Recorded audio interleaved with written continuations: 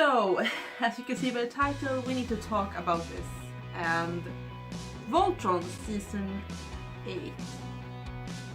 Yeah, I finished it yesterday and there's a lot I can say about this after watching a couple of videos and reading all the comments. It's giving me another perspective and it's like, oh, it's all good. I never thought it was all good. But the first time I started Season 7, Season 7 was shit. It was horrible. Season 7 was so bad. It was so boring. It just made me, made me just feel, you know, be over, please let it be over soon. Let it be over. That was my feeling towards entire Season 7. And it may have been because I binged the entire thing an entire day, but I don't think it was because I binged the other seasons and I haven't been like that. Also, Season 7 sucked because Lothar died in Season 6. There you have it, he died. And he was my favorite character, even if I knew he was kind of like a wolf in sheep's clothing. I know he was gonna mess up and do something really bad. I knew that, of course, because I understand like villain characters. I love villain characters because they're often better written than the heroes, if you want to put it that way. And Season 7 was just a pain. It was just painful. No, it was so bad, poorly written. That's the main thing, that's the vocal point on this, why I'm talking about this, is because it was so poorly written. The acting isn't bad, the animation isn't bad, but the writing is so horribly bad. And that just brings me to Season 8, the last season of Voltron. If you haven't seen it yet, well, I can't really say I recommend it. I can recommend up to Season 6, but 7 and 8, not so really much. So I guess this is more like my general opinion on Voltron overall. So, yeah. Anyway, guys, Season 8 begins with their, you know, always facing a threat with back on Earth still, because they've been on Earth entire Season 7, which was boring as hell.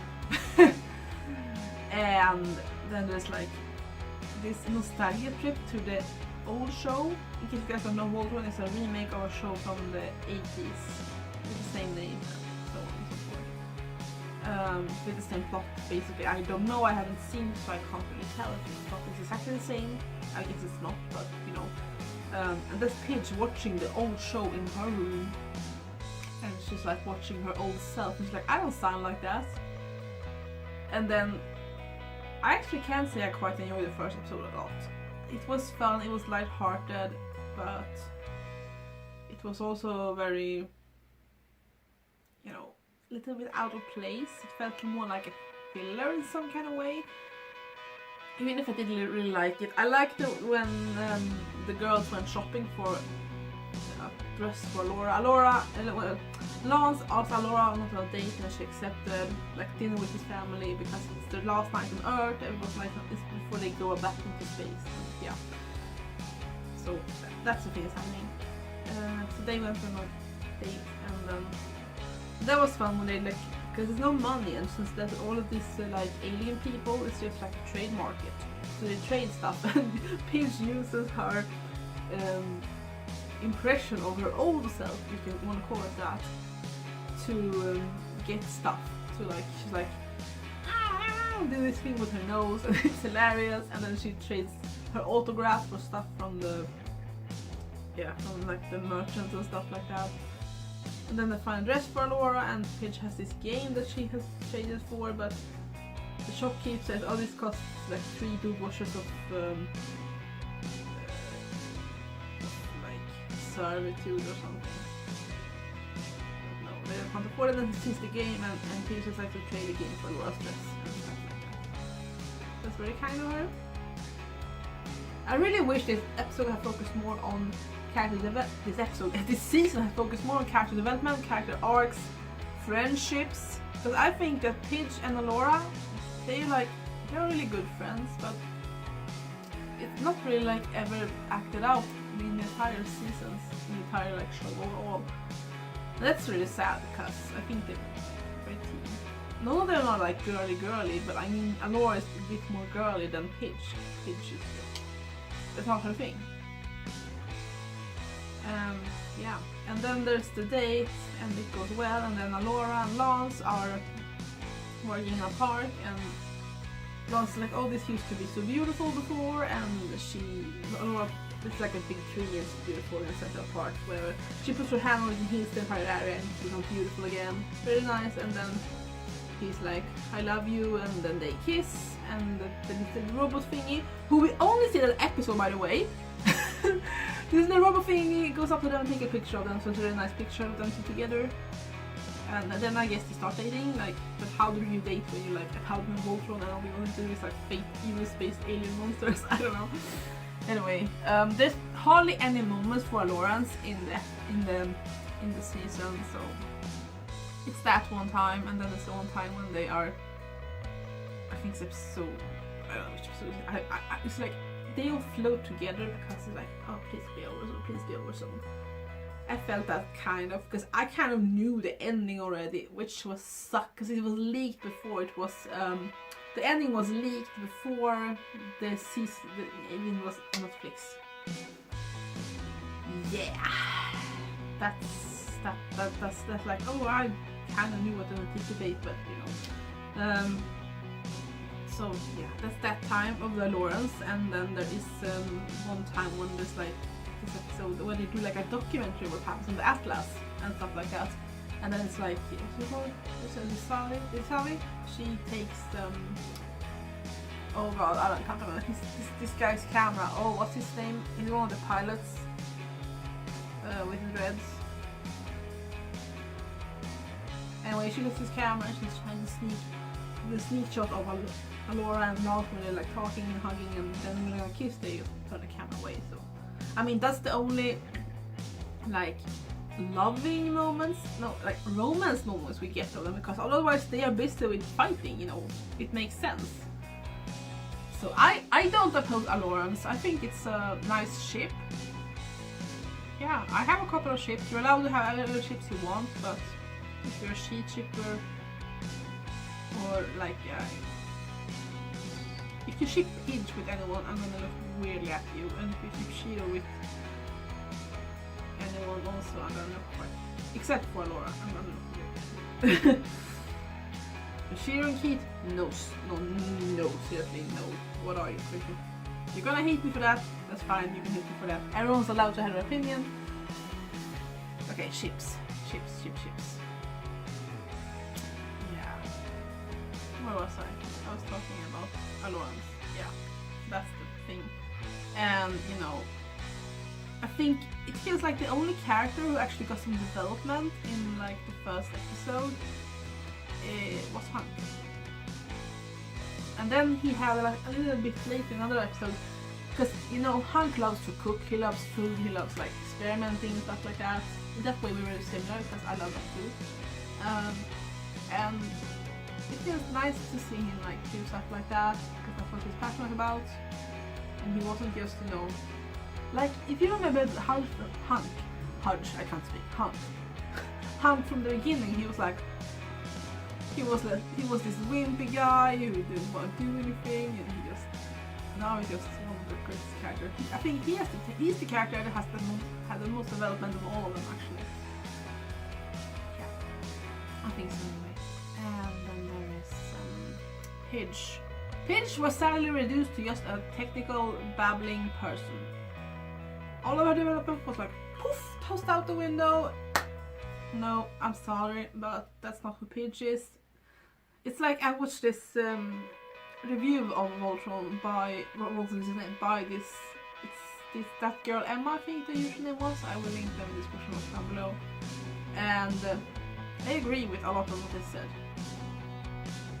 So that sucks. Also, I like this whole thing, you know, with redemption arcs and stuff like that, and people getting, you know, redemption. Because I really love that Sarkon got like redeemed, but I didn't like how Allura pushed onto him all the bad memories. Like, he didn't know that, because that was him when he was like, you know, his dark side, if you want to call it that. And yeah, I think that's kind of cruel. I think Allura was quite cruel this season. I love Allura, don't get me wrong, I love her. She's one of my favorite characters, absolutely. But that was really cruel of her. And then the worst thing, I think, one of the worst things is that the only character who's like It felt like Allura got redemption arc. She didn't deserve redemption arc. I didn't think she deserved it. She freaking killed thousands of realities just to have her own perfect reality. And when that one reality didn't agree with her, she killed that too. And then she's like, oh, Allura was like, I can still see a good in you, Allura, and oh, I'm gonna help you and fix this and blah blah blah. No, Allura didn't deserve redemption. I don't think she did. Sarkon deserved redemption. Lothar deserved redemption. Allura, no. No. I loved her as an Athean, but she didn't deserve it. And the worst thing is like, well, the worst thing. I'm gonna say the worst thing is, but still, it felt like Allura had the most character development in the entire series, and she's a villain character. She's the main character, but she's a villain. You know, when there was like these other paladins and Shiro, they didn't have anything, and Shiro felt pretty useless in this season, if I'm gonna be completely honest. He didn't do so much. I miss him as a paladin. I do. It was nice to have him as a paladin. And the whole White Lion thing, no, it was all gone. Oh well, they killed the Nara kills the White Lion when she does the energy thing, when she's gonna open stuff, I don't know, on Oriander, but still, what the hell? I would have loved for Shiro to have like a White Lion companion or whatever you will call it. It would have been so cool. Like, oh, we hardly saw Cosmo, by the way. Cosmo was like only in a few episodes and then wasn't there anymore. Okay, fine, whatever. That's okay, I guess. Who else? Well, I said not much character development. Felt like this character just regressed back into cheesy lines and stupid punchlines, and I don't know. It's like, the power of friendship will save us all! No guys. The power of friendship can't overcome anything. And it's not like key to give like big cheesy speeches like that. And the sunset scene with him and Lance, I know all your clan shippers will be like, oh, this is it. It wasn't it, sorry guys, but it wasn't it. No. That scene was so out of character for Key, so I was like, no. Oh. Also, the whole thing with Allura and her frigging, not the robies, but like her machine, her mecha. So it was her and her specialized mecha, and then it was Lothar dead in his mecha because she pulled him out of the quintessence field with his dead corpse banging around inside his mecha, and then they fused. How could they fuse when he was dead? How could they do that?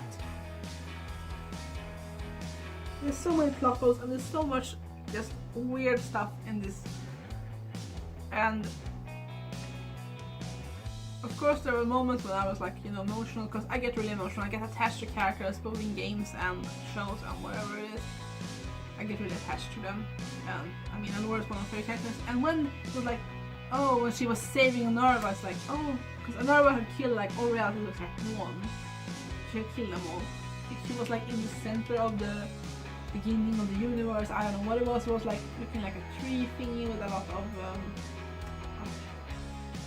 like strands, and every strand was a reality and stuff like that. And she cut them all except one. When Voltron was like, oh, I can already mention this. Voltron and Atlas merged. I'm not kidding, they merged to like this super duper fancy schmancy purplish looking Voltron white paladin robot. I don't know. And it was the paladins, of course, and Shiro, but everyone else aboard the ship, where were they? Because then the Korana group were like another with the Bolmeras and stuff like that, but where were they? It was like everyone was fighting. They were like just running, flying around the ship. I don't know where the other people went when they fused. I have no idea. That was really weird. But I just kept thinking, everyone like in there, joining the fight and what's going on. I lost my train of thought. Let's go back and think about it. I was talking about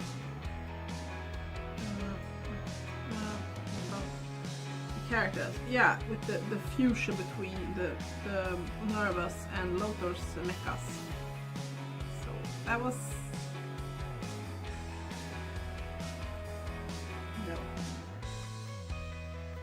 I don't know what kind of reality Allura wanted, because she only used Lothor. Lothar deserved a redemption arc because he was so used and abused, and it's like he was such a good character. He deserved more than this, and then alright, now I'm back on track. Okay, he deserved more than this, and Allura for sure deserved more than this. So it's like when they are talking to Nerva, and it's like, oh, I'm gonna help you fix the contestants in your mecha thing, and then we can restore all relatives, but I know the risks. So Allura says goodbye to everyone in all other paladins, including Shiro, and to Lance she's like, I always love you, and then when she touches his cheeks, he gets two blue Altean markings here under his eyes. I know it was meant to represent Allura as like a memory of her, or like that she's always with him, and people are losing their shit over it. I don't know why, because I think it was a nice gesture. That's what I think. You can disagree if you want to. It doesn't mean he's Altean, it just means he's just like yeah. And when people say that they used Lance as a rebound after Lothar, no, I don't think it was that. If Lance and Allura got together in season 7, yes, then it would have been a rebound. But now it's been an entire season between the death of Lothar and Lance and Allura dating. So I don't think that means rebound, but still their romance could have gotten some more things. I agree on that. What else did I ask? Yeah, the ending of Allura, giving Lance of 10 marks, and I cried like hell during that scene when she says goodbye to them. I'm not like, no, this can't be happening. Even if I knew that was coming, I just cried. I cried so much. I was like all wet and swollen and puffy, and no. She did. Allura deserved much more than that. Much more than that. She did. And it was just I'm sad. Voltron could have been so much more, but they shit on the last 2 seasons so hard. They did. You can disagree if you want to. And also, let's not forget the freaking queer baiting they saved until the very last scene. Shiro got married to a completely random guy we haven't seen in the entire show. No background story, no nothing, just like, oh, Shiro got married, blah blah blah, let's accept it, yay. I mean, don't get me wrong, I love that Shiro got married to another guy, like after his, after everything. It's really nice, and I love everyone with, they like their suits, and even Peach had like a suit, and that was so cute, like in the background of the wedding scene, it was adorable. Also, the scene with Chip was unnecessary, because it didn't lead to anything, it's just like, I know that's a reference, I think it's a reference to the old Voltron show, but I'm not entirely sure. Yeah. So. Guys, what did you think of Voltron as a whole, and what did you think of season 8? Let me know. I think this is all my thoughts I have on it. And I mean, I love that the original Paladins was in the original, that was amazing. Yeah, I'm just gonna keep babbling now, but thank you guys so much for watching. If you like this video, make sure you leave a like, subscribe, and leave a comment, and do whatever you feel like doing. And I hope you have a great day. Peace everybody. Bye!